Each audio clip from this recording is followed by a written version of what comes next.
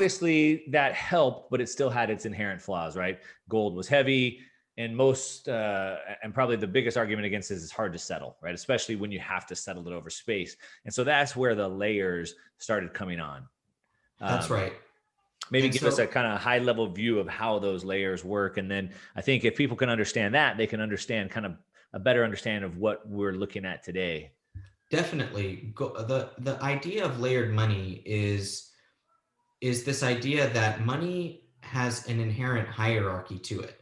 You think about different types of money today, your checking account, the cash in your wallet, your Venmo balance.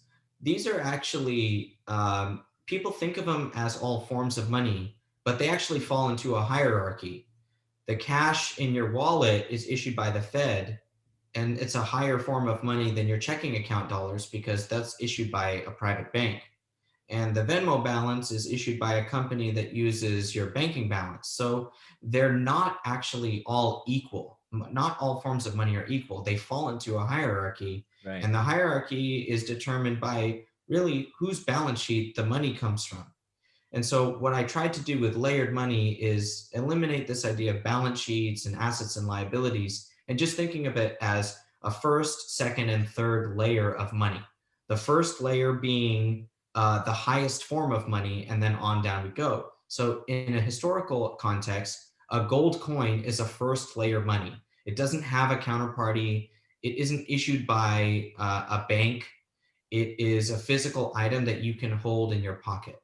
Right. A gold certificate that says, I promise to pay the bearer one gold coin on demand is a second layer money because it promises to pay a first layer money and it's issued by a financial institution or a banker.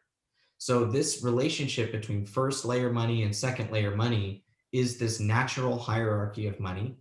And our whole financial system works with a hierarchy. And I have these illustrations throughout the book where I show the first example of gold and gold certificates, but then we get into what does it look like today with the Fed, and you can see that it's a highly complex system, but it Yeah. still is built like a hierarchy.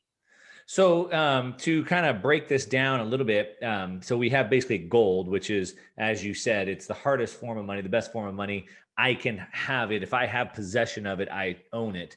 But it's very difficult. It's slow. It's hard to ship from one continent to the next, et cetera. Hard to break down denominations, all these things. So then we deposit that into a bank, and they give me paper gold certificates. That's the second layer, and those are much easier to transport around. I can carry paper in my pocket. It's easier to send to you, et cetera. And so really each layer gives you maybe an extra layer of convenience.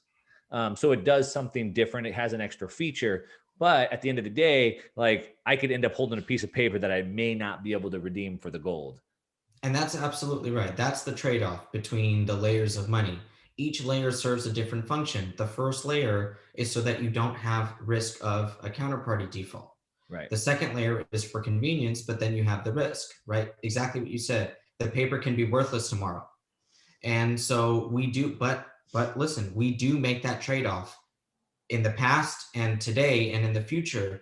We all make that trade-off. And so that's really what the layers represent. They represent this idea that we can have choice between how much counterparty exposure or how much risk that we are willing to carry with us on any given day. And just to fast forward to Bitcoin, because that's the thesis of the book, Bitcoin empowers people to have access to the first layer of money, a counterparty free asset that they can hold themselves. No bank can default to them. I'm not talking about Bitcoin on an exchange. That's a second layer Bitcoin Right. still. It's a promise to pay Bitcoin. You can withdraw it if the exchange honors your request. Right. And listen, people still have Bitcoin on exchanges and Bitcoin in their own private key storage mechanism, whatever they choose to do. So even the people that are, let's call them the staunchest hodlers, the people who say own your keys, not your coins. The moment they put Bitcoin on an exchange, they have both first and second layer Bitcoin. They have their own Bitcoin, then they have Bitcoin balances. Why do they do that? Because the Bitcoin balances are going to give them quicker access to USD potentially. That's why they did it in Right. the first place. And so that trade-off happens. It exists. And we can see that, looking back, 1,000 years. And I try to do that in the book. Yeah.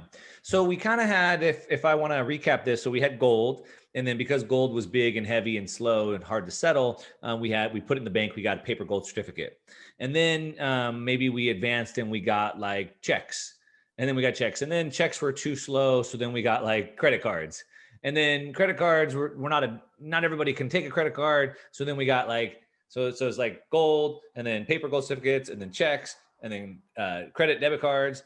And then that still didn't work. So then we have like PayPal or Venmo. And that's like a sixth or seventh layer, right? All built on that stack. The problem is somewhere along the line, that stack of 6, 7 layers was built. And then whoop, gold was just taken out of the bottom. So somehow the stack still stayed, even though the whole base disappeared, right?